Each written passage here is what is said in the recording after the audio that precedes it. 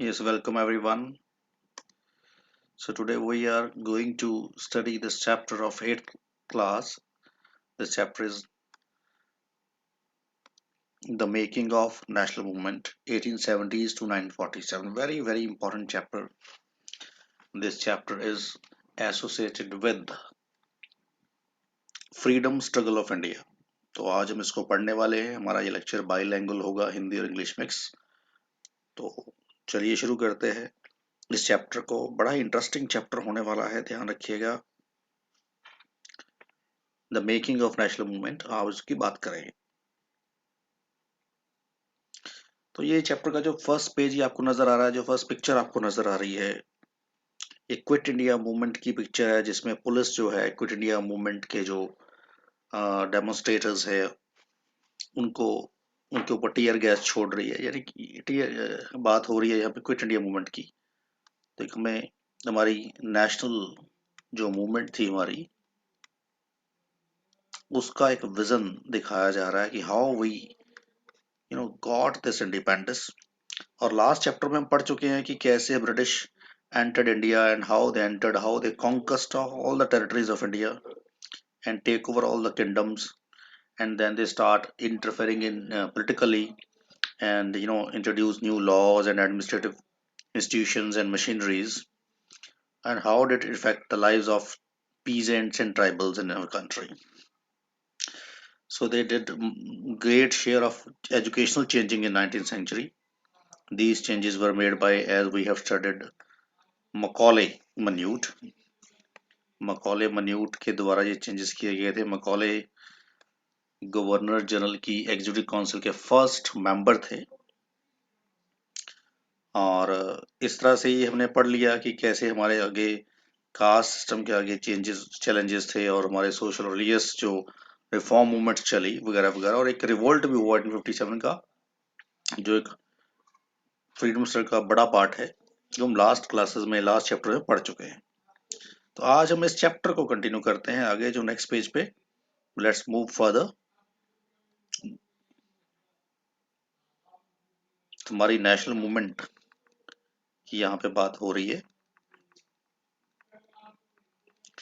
Question ये है, जो पहला ही टॉपिक आप नजर आपको आ रहा है, हाउ डिड नेशनलिज्म अमर्ज. हमारा जो कंसेप्ट है नेशनलिज्म का, वो कैसे अमर्ज हुआ, इमरजेंस उसकी कैसे कैसे उसकी उत्पत्ति हुई. क्योंकि अब ब्रिटिशर्स इंडिया में 1757 से एंटर करते हैं प्रैक्टिकली, और जब वो एक बैटल जीतते हैं, battle of Plassey. This battle was fought on 23rd June 1757, in which East India Company led by Robert Clive defeated nawab of Bengal. Bengal के नवाब को हरा दिया इस बैटल में ईस्ट इंडिया कंपनी ने. बंगाल का नाम याद करिए, कौन था, याद करिए थोड़ा, अगर आपके दिमाग में आ रहा है. It was Sirajuddaula. हम उसको सिराज बोल देते हैं कई बार. यहाँ से इस बैटल की बहुत ही इंपॉर्टेंट पोलिटिकल रेलिवेंस है, क्योंकि यहाँ से ब्रिटिश पावर इंडिया में शुरू होती है. फाइन. और 1757 से लेके 1856 तक पहुंचते पहुंचते और भी बैटल लड़ते हैं. हमारे जो इंडियन नेटिव रूलर्स हैं, बहुत सारे राजे महाराजे हैं, उनको ये कैप्चर कर लेते हैं, उनको ये सबड्यू कर लेते हैं अलग अलग तरीकों से. किसी के साथ फ्रेंडशिप करके, किसी के साथ कोई ट्रीटी करके, एग्रीमेंट करके, या किसी को डिफीट करके. और उसके साथ कुछ टूल्स भी इन्होंने यूज किए. जैसे एक बहुत इंपॉर्टेंट टूल्स इन्होंने यूज किया था, that was subsidiary alliance, which was started by Wellesley, lord Wellesley. इसी सब्सिडरी अलायंस की हेल्प से माना जाता है कि ब्रिटिशर्स इंडिया में पैरामाउंट पावर बन गए. Paramount power, supreme power, invincible power, जिसने फ्रेंच, पोर्चुगीज, डच को भी वैनिश आउट कर दिया इंडिया से.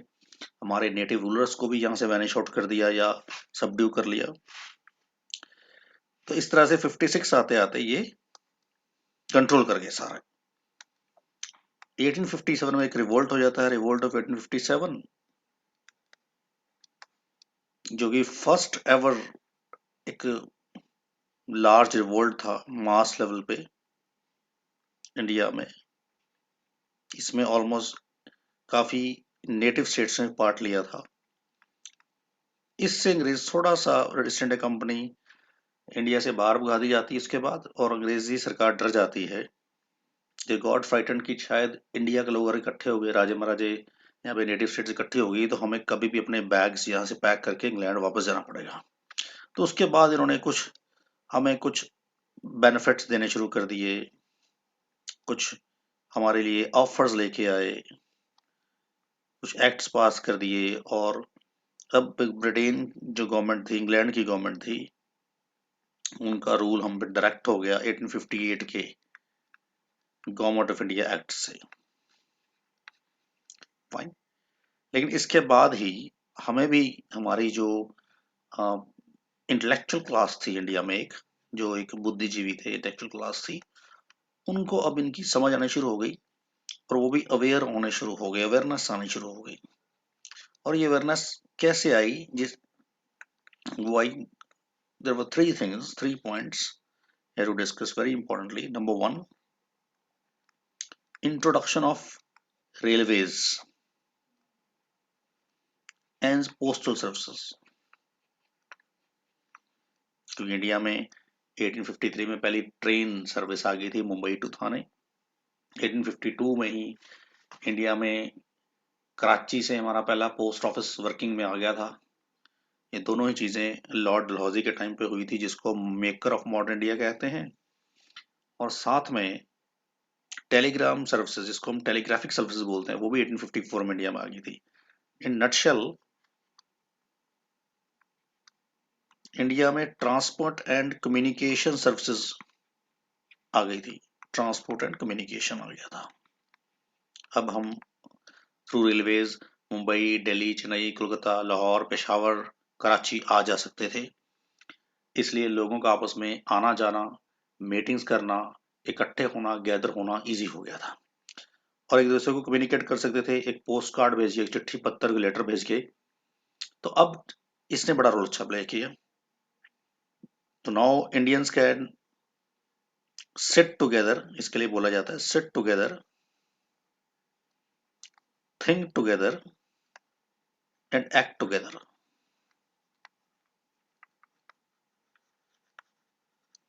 Second thing was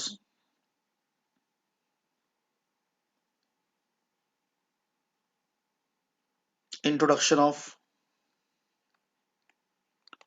English as a language in India, जो कि हमारी लिंगुआ फ्रेंका बन गई थी, एक मेन लैंग्वेज बनती जा रही थी।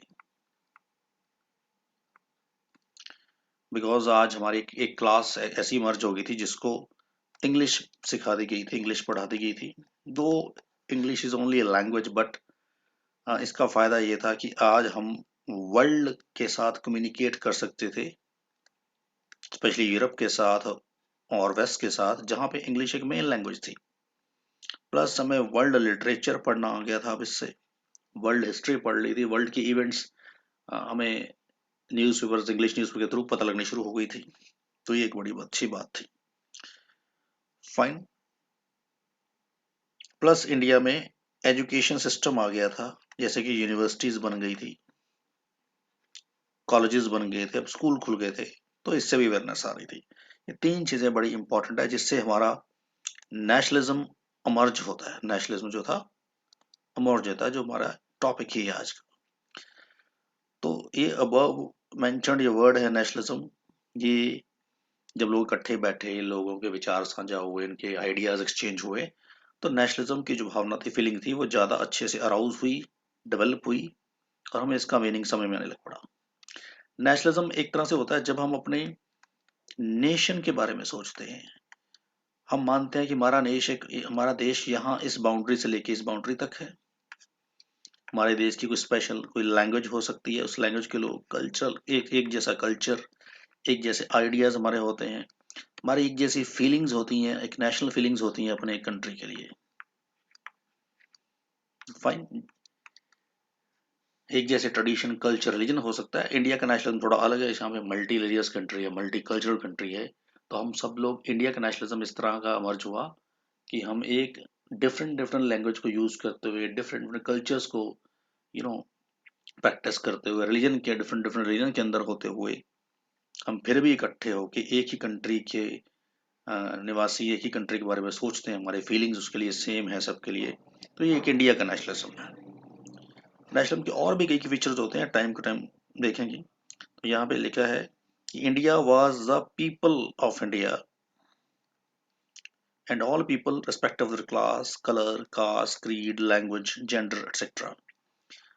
हम इंडिया को अपना घर मानते हैं, कंट्री मानते हैं, चाहे हमारी कोई भी लैंग्वेज है, क्रीड है, कास्ट है, कलर है, कोई भी हमारा ग्रुप है, जेंडर है, और हम कंट्री के सारे रिसोर्सेज, सिस्टम्स, इन सब के लिए कॉमन एक सोच रखते हैं, सब के लिए इक्वलिटी रखते हैं।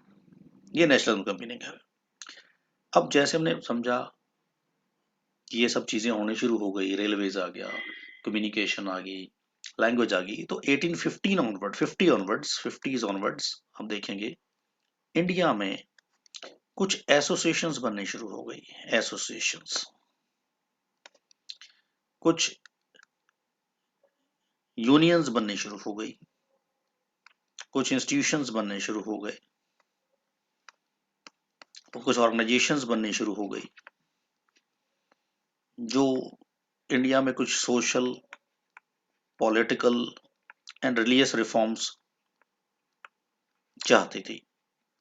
Now some organizations and associations emerged which were looking for some political, social or religious change in India. ये सबसे ज़्यादा जो बनी 1870s से 80s के आसपास। जैसे कि उनमें से बहुत सारी हैं, अभी पढ़ते हम। ज़्यादातर ये एसोसिएशन उस समय के इंग्लिश पढ़े हुए, इंग्लिश एजुकेटेड जो प्रोफेशनल थे, उन्होंने इनको लीड किया था, उन्होंने बनाई थी। और ज़्यादातर इसमें से या तो वो टीचर्स थे या फिर उस समय इंग्लैंड से बड़े हुए लॉयर्स, एडवोकेट या बैरिस्टर्स थे। तो जैसे कि उसमें एक नाम आता है पूना सार्वजनिक सभा का।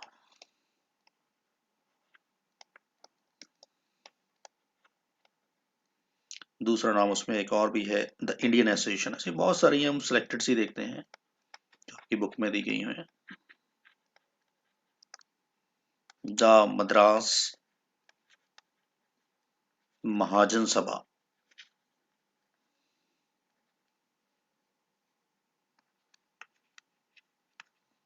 द बॉम्बे प्रेसिडेंसी,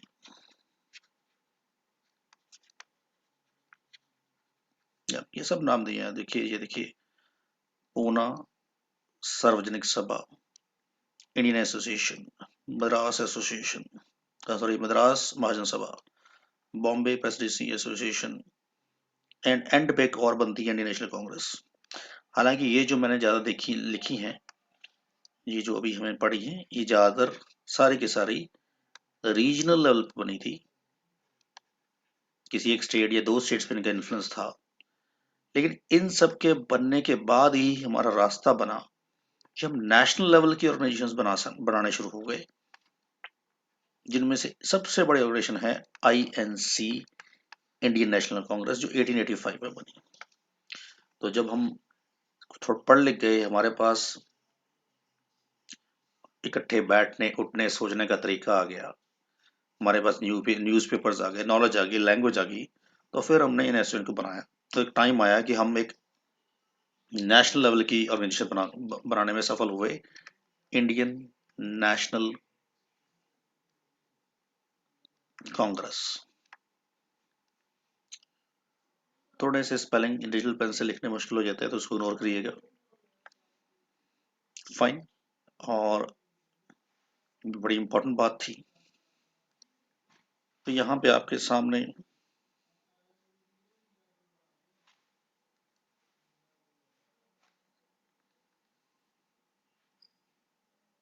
बहुत सारी एसोसिएशन दी गई हैं। उनमें से एक है पूना सार्वजनिक सभा। पूना सार्वजनिक सभा, तो पूना का मीनिंग तो पुणे से है, जो कि एक महाराष्ट्र का ही सिटी है, महाराष्ट्र का ही सिटी है। लेकिन सार्वजनिक का मीनिंग है सर्व जनिक यानी सर्व मतलब फॉर ऑल द पीपल, जनिक मतलब पीपल, सर्व मतलब सबके लिए, सार्वजनिक मतलब फॉर ऑल द पीपल, सबके लिए। तो ऐसी ही बन गई थी। और ये एसोसिएशन अपने आप में सॉवरेनिटी को अचीव करना चाहती थी, ये सॉवरेन थी, यानी वो इंडिपेंडेंट डिसीजन जो थी वो लेना चाहती थी, यानी मैं एक अच्छी कॉन्शियसनेस आ गई थी। तो उनका जो आइडिया चल रहा था वो था सॉवरेन। वो सॉवरेन एक बहुत ही इंपॉर्टेंट डेमोक्रेटिक प्रिंसिपल माना जाता है, जिसमें कंट्री जो सॉवरेन होता है वो अपने किसी के दबाव में या किसी के प्रेशर में नहीं होता। द कंट्री एक्ट्स इंडिपेंडेंटली, अपने सर्कमस्टांसेस अपने रिसोर्सेज के हिसाब से वो खुद डिसीजन फैसला लेता है। तो नेशनलिज्म का और डेमोक्रेसी का की फीचर है सॉवरेंटी, जिसको हम पाना चाहते थे। तो हम डिमांड कर रहे थे कि हमें सॉवरेन बना जाए, यानी इंडियंस अपने डिसीजंस खुद ले सके बिना किसी प्रेशर या दबाव के। तो ये ऑर्गेनाइजेशंस कुछ ऐसी डिमांड कर रही थी। फाइन। तो 1870s में ऐसी एसोसिएशन ज़्यादा बनी, 1880s तक। और फाइनली 28 दिसंबर 1885 72 जो एजुकेटेड इंडियंस थे, अवेयर्ड इंडियंस थे, उन्होंने एक इंग्लिश आईसीएस ऑफिसर जो रिटायर्ड हुए थे, एओ ह्यूम, उनकी हेल्प से इंडियन नेशनल कांग्रेस का गठन किया, बनाई एक एसोसिएशन बॉम्बे में। ये वही कांग्रेस है जो आज हमारी एक कांग्रेस पार्टी है, राहुल गांधी सोनिया गांधी वाली, लेकिन आज ये पोलिटिकल पार्टी है। लेकिन before independence it was a political as well as social, हमारी एक ऑर्गेनाइजेशन थी जो इंडिया की एक ऐसी बॉडी थी जो इंडिया की आज़ादी के लिए लड़ रही थी, ये लोगों को अवेयर कर रही थी। तो ये पार्टी थी इस तरह की, तो ये बनी। अब ये एसएन क्यों बनी, इसके लिए इसलिए क्योंकि इंडियंस के अंदर कुछ सेटिस्फैक्शन आ गई थी।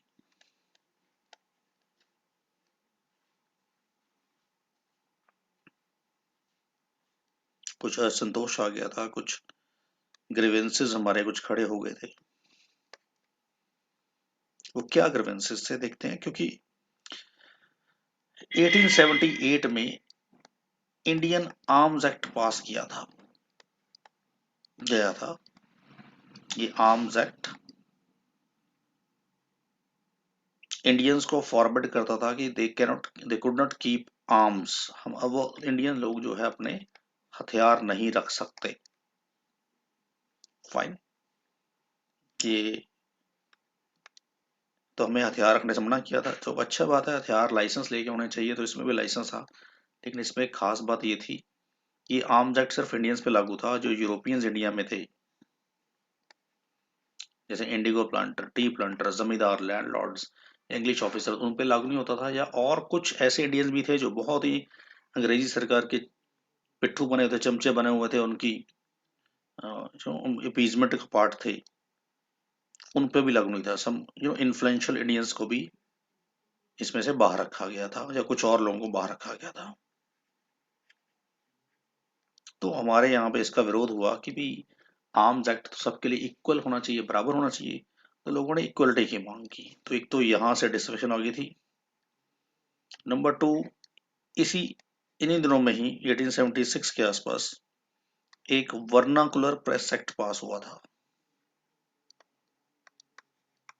वर्नाकुलम बोलते हैं हमारी जो रीजनल लैंग्वेजेस हैं, हमारी जो लोकल लैंग्वेजेस है, Tamil, Malayalam, Kannada, Hindi, Punjabi, these all are vernacular languages. तो 1876 में वर्नाकुलर प्रेस एक्ट आया। इस एक्ट ने ये लॉ बना दिया कि नो न्यूज़पेपर, मैगजीन, जर्नल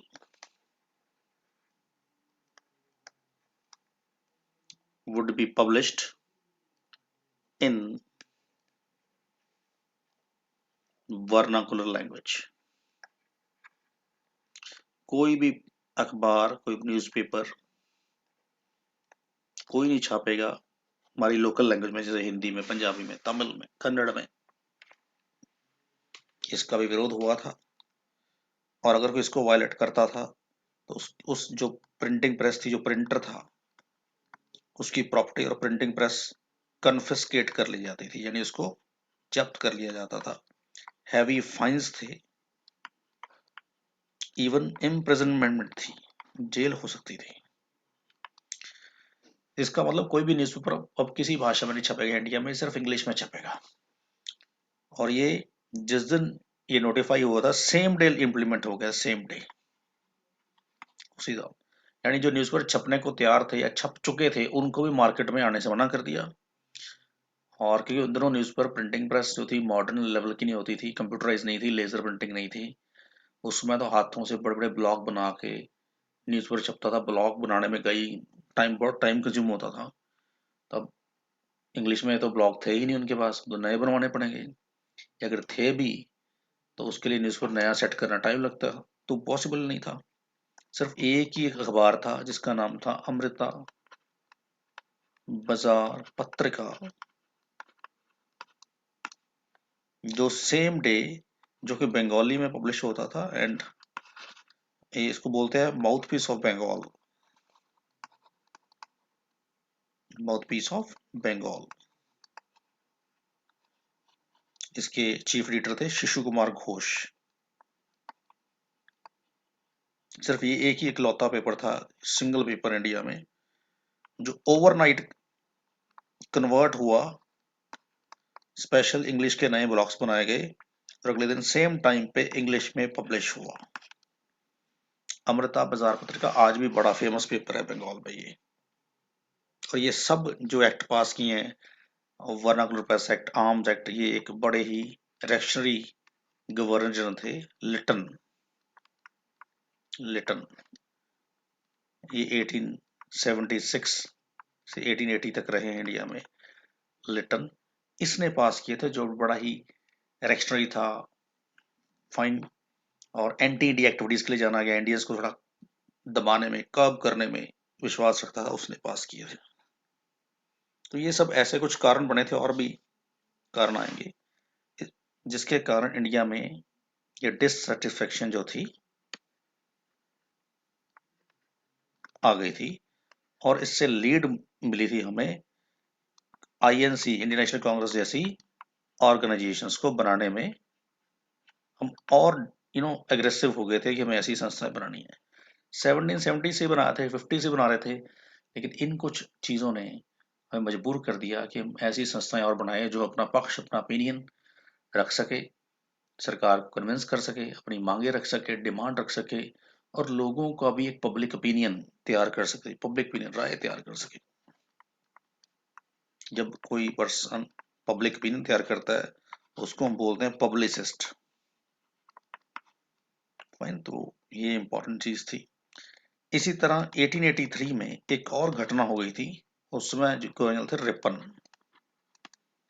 तो उसके टाइम पे एक बिल आया था जिसको बोलते हैं इल्बर्ट बिल कंट्रोवर्सी। ये सब आपकी इस बुक में लिखा है। इल्बर्ट बिल कंट्रोवर्सी जो थी, ये बड़ी फेमस हो गई थी, बड़ी लाइमलाइटेड हो गई थी इन दिनों में। तो इल्बर्ट जो था ये लॉ मेंबर था। Ilbert was law member of governor generals council. Governor की काउंसिल का वो लॉ मेंबर था। और उन दोनों एक बिल आया था, इल्बर्ट बिल। इस बिल में क्या था कि जो इंडियन जजेस हैं, इंडियन जजेस, अब वो यूरोपियंस के कोर्ट केसेस की सुनवाई कर सकते हैं। Now Europeans could be tried in the courts of Indian जजेस एट पार विद यूरोपियन जजेस। पहले क्या होता कि यूरोपियन लोगों पे अगर केस होता था, इंडिया में कुछ यूरोपियंस थे, इंग्लिश थे, जैसे इंडिगो प्लांटर थे, टी प्लांटर थे, जमींदार, लैंडलॉर्ड्स, बिजनेसमैन, और कुछ ऑफिसर्स इंग्लिश थे। इनके ऊपर अगर केस इंडिया की कोर्ट में रहता था तो उनका प्रेरोगेटिव था कि वो यूरोपियन जज के पास ही जाएगा। वो इंडियन जज के पास जाना अपनी इंसल्ट समझते थे, अपने आप को अच्छा नहीं समझते थे वो। कुछ उनको डर था कि इंडियन जज हमें सख्त पनिशमेंट देगा क्योंकि हम यहाँ पे एट्रोसिटीज कर रहे हैं, जुल्म कर रहे हैं। लेकिन एल्बर्ट बिल ने इंडियन जजेस को एट पार पावर दे दी that now they could try Europeans also in their court. तो इलिबर्ट बिल अच्छा बिल था क्योंकि ये इंडियन जजेस को इक्वल पावर दे रहा था यूरोपियन जजेस के। लेकिन जैसे ये बिल आया तो जितने भी यूरोपियंस हैं इंडिया में, स्पेशली कलकत्ता बंगाल के, असम के T planters,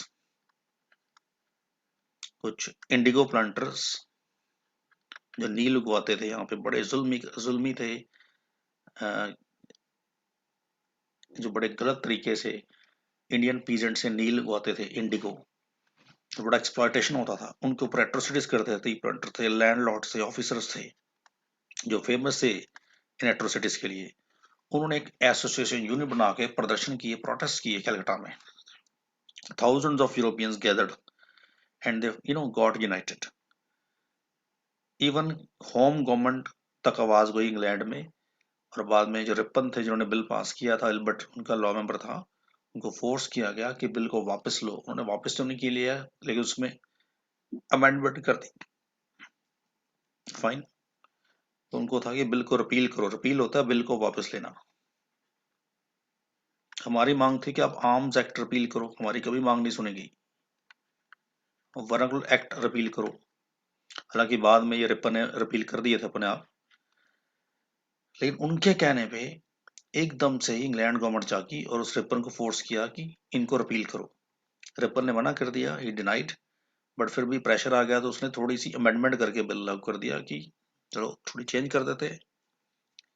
I mean to से इस बिल ने हमारी जो नेशनलिज्म था उसको और बढ़ा दिया, हमारी कॉन्शियसनेस को जगा दिया, और इंडियन नेशनल कांग्रेस जैसी संस्थाएं जो बनाना चाहते थे उसके लिए हमें और मोटिवेट कर दिया, और हमारा उसके लिए कंसर्न डीपन कर दिया, और फिर इजी हो गया ऐसी संस्था बनाने में। तो फिर फाइनली 1885 में बॉम्बे में आईएनसी का गठन हुआ, जिसके फाउंडर हैं एओ ह्यूम। फाइन। जो बाद में यही संस्था 1947 तक हमें गाइड करती रही और हमारी फ्रीडम को लीड करती रही। इंडियन कांग्रेस के 1885 से लेके 1905 के पीरियड को हम बोलते हैं मॉडरेट पीरियड्स। मॉडरेट पीरियड, यहाँ पे कांग्रेस मॉडर्न मेथड से अपनी मांगे, अपनी डिमांड इंग्लिश गवर्नमेंट के पास रखती थी। फाइन। इन मॉडरेट्स में बहुत सारे लीडर थे, इनमें से एक बड़ा नाम है दादा भाई नौरोजी का, जिनकी फोटो ये आपको नजर आ रही है। दादा भाई नौरोजी पारसी थे और बहुत ही इंपॉर्टेंट फर्स्ट इंडियन थे जो इंग्लैंड की पार्लियामेंट में इलेक्टेड एमपी बने थे, मेंबर ऑफ पार्लियामेंट, इलेक्शन लड़के जीते थे। और ये बड़े ही अच्छे पब्लिसिस्ट माने जाते हैं, यानी ये अपने आइडियाज पब्लिसाइज करते थे, सर्कुलेट करते थे, इंफॉर्मेशन राइटिंग, रिपोर्ट्स, और पब्लिक ओपिनियन तैयार करते थे। इन्होंने अपनी लाइफ का लंबा समय इंग्लैंड में बताया था, इंडिया के लिए, इंग्लैंड के लोगों के प्रति में पब्लिक ओपिनियन तैयार करने के लिए। फाइन। और भी लीडर्स थे, फिरोज शाह मेहता, बदरुद्दीन तैयब जी, उमेश चंद्र बनर्जी जो कांग्रेस के पहले प्रेसिडेंट थे, सुरेंद्र बनर्जी, रमेश चंद्र दत्त, सुब्रमण्य अय्यर, ये सारे लीडिंग लोग हैं उस समय के, और सारे मॉडरेट कांग्रेस है। ये सब पहले 72 डेलीगेट्स में थे, मेंबर्स में थे जिन्होंने कांग्रेस बनाई थी। इनको हम कई बार हिस्ट्री में ब्रेव 72 बोलते हैं। इन्होंने 20 साल जो कांग्रेस चलाई तो बड़े मॉडरेट तरीके से चलाई, इसको बोलते हैं मॉडरेट फेस, और इन सबको मॉडरेट्स बोलते हैं। लेकिन टाइम के साथ साथ ये फेड होने शुरू हो गए और एक अगली जनरेशन आ गई जिनको हम बोलते हैं एक्सट्रीमिस्ट फेस या एक्सट्रीमिस्ट पीपल, जो कांग्रेस को चलाते थे। 1905 के बाद कांग्रेस में एक्सट्रीमिज्म आ गया था। 1917 तक का फेस एक्सट्रीमिज्म के लिए जाना जाता है। सो हमने कोशिश की है यहाँ पे आज इस लेक्चर में जानने की कि कैसे हमारे लिए हम नेशनलिज्म की ओर बढ़े, कैसे अराउजनेस आई, कैसे कुछ एसोसिएशन बढ़ी, और उसमें आर्म्स एक्ट का बिल क्या था, इल्बर्ट बिल कंट्रोवर्सी क्या थी, आर्म्स एक्ट क्या था, and what was vernacular press act, और कैसे these all acts put oil in the fire in the arousing of national consciousness in the country। तो हमने कांग्रेस के बारे में थोड़ा उनके बारे जाना। ये पूरा चैप्टर नहीं हुआ है, आज हम इतना ही करेंगे। तो इसको देखिएगा। जल्दी ही एक और वीडियो के लिए हम और मिलेंगे। Thank you very much.